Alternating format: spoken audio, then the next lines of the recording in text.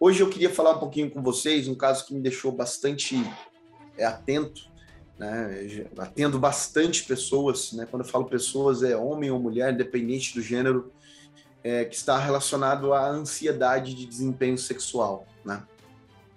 A gente percebe cada vez mais comum esse tipo de dificuldade, a gente percebe cada vez mais presente no contexto clínico e independente do gênero, eu venho percebendo que os pacientes eles vêm conseguindo cada vez mais, por exemplo, bastante homens vêm me procurando para trazer um pouquinho dessa dificuldade que aparece nos relacionamentos, que aparece na vida de uma determinada pessoa, mas que está presente da sua construção social dentro desse tema de saúde que é a sexualidade, né?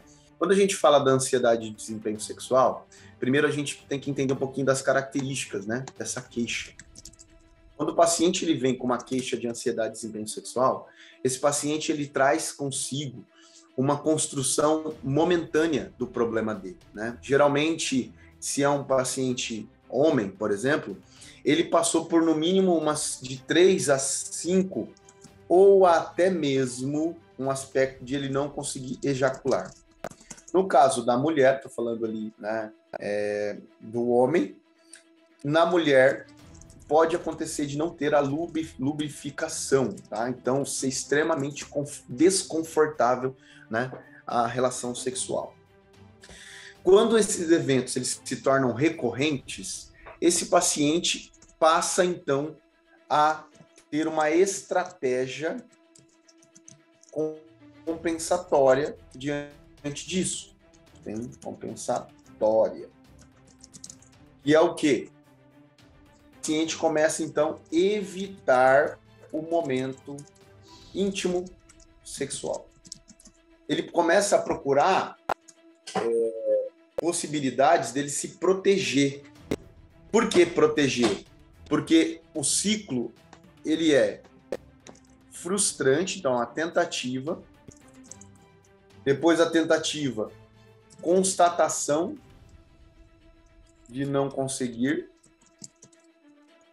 e depois da constatação de não conseguir, vem um período ali deprimido e frustrado. Eu vivi tal momento e depois eu percebi que a gente iria iniciar uma possibilidade da relação sexual, eu inventei uma desculpa e fui embora. Né? Ou se não, eu percebi que ia ter a relação sexual e eu inventei um compromisso e acabei evitando. Percebi que ia ter uma relação, eu inventei que estava mal, que não estava me sentindo bem, com alguma dor, com alguma coisa que pudesse impedir a continuidade daquele momento, tá? Esses eventos, essas situações, elas vão trazendo para esse paciente, então, uma consequência muito presente de não saúde, porque a relação sexual, ela é saúde, ela está presente na relação humana. E quando ela começa a evitar esse movimento, então essa pessoa ela não está saudável.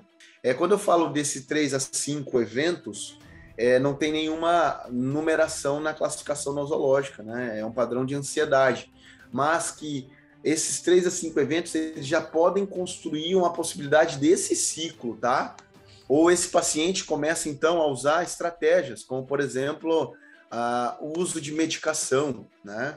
Então, no caso do homem, pela questão de manter a ereção ou de ter a ereção, ele procura, então, o uso de medicação, sem a prescrição médica, né? Sem o acompanhamento médico. Inclusive, é muito comum esses pacientes eles calcularem pela importância, principalmente para a cultura masculina, né? Nesse mundo machista, de que se o homem não está dando conta, ele realmente ele pode acabar com a vida dele. Então, eles calculam realmente essa procura, né? Inclusive dentro desse padrão de ideações suicida pela dor que esse adoecimento da ansiedade acaba causando.